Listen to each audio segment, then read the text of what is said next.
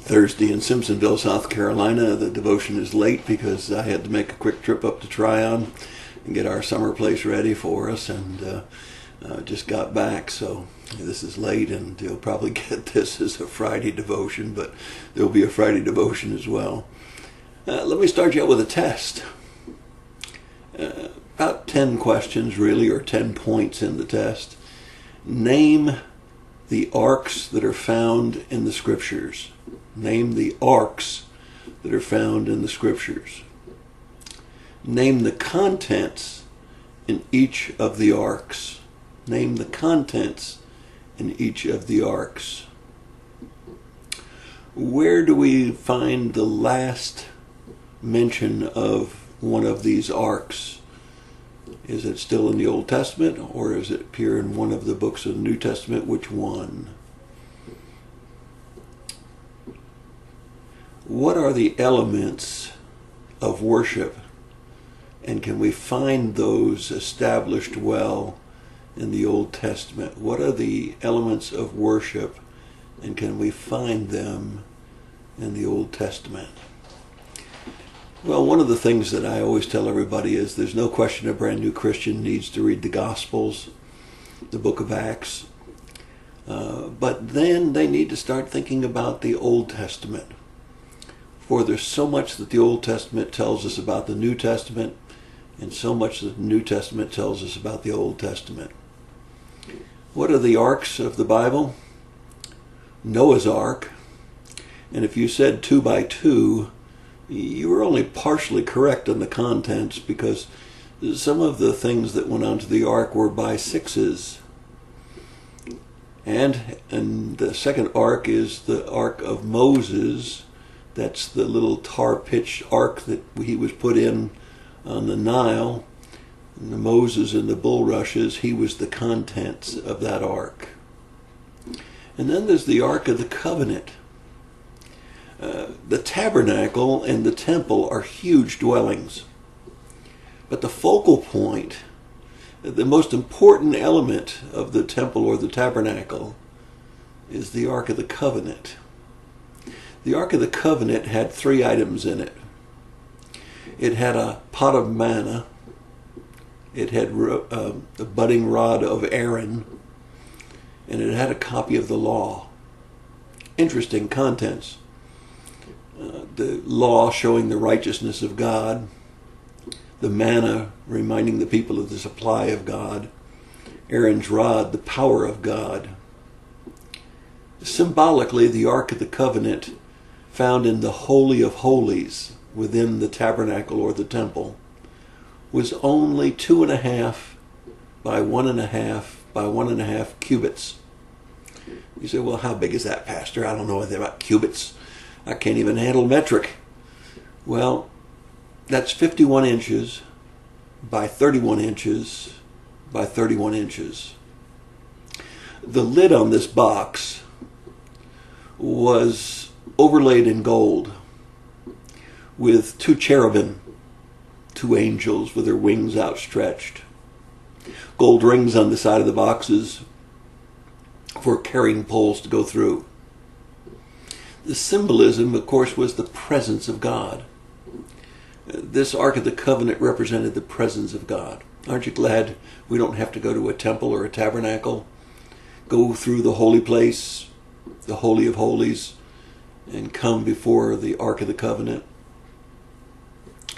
Well, the very interesting thing is that in 1 Chronicles, we find an interesting story of worship.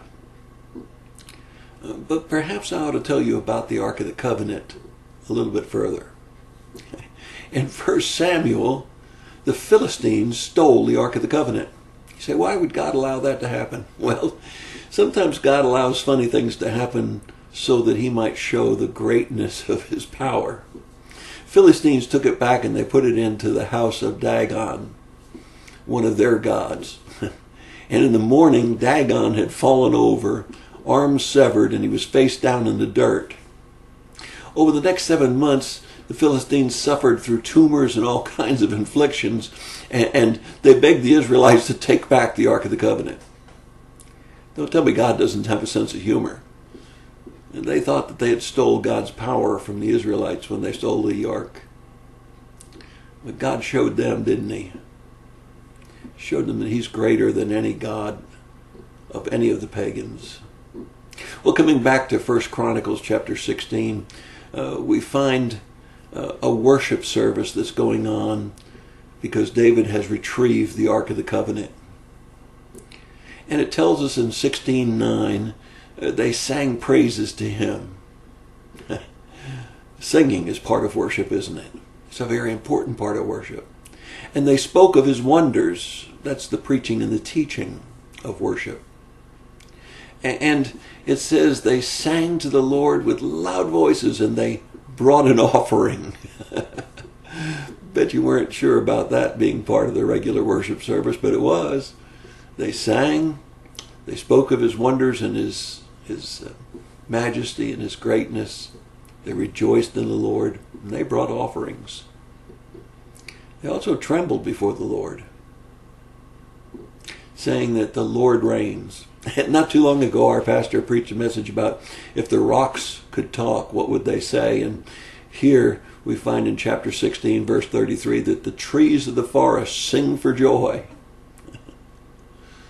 And all of the people, not just a couple of people in the back row, but all of the people said amen. 16:33. So what are the elements of worship? Making known the deeds of God, giving thanks, singing praises, bringing an offering. The fear of the Lord, rejoicing in the Lord, and saying amen. Where is the ark last found? The book of Revelation. Chapter 11, verse 19 says, the temple of God in heaven was opened up, and the Ark of the Covenant appeared. I hope you did well on your test. I hope you remember what it takes to really worship, to sing, bring an offering, tell of his works, and to be sure that you always rejoice. And be sure that you realize that worship, as is said very clearly in verse 11, it says, seek the Lord in his strength. Now watch. Seek his face continually. Let me leave you with this last thought. When you go seeking the Lord, are you seeking the Lord for his hand?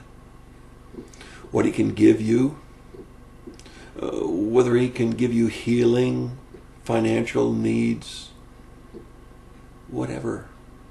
Is it your hand? Is it God's hand that you're seeking? Or is it his face? Why does it say his face?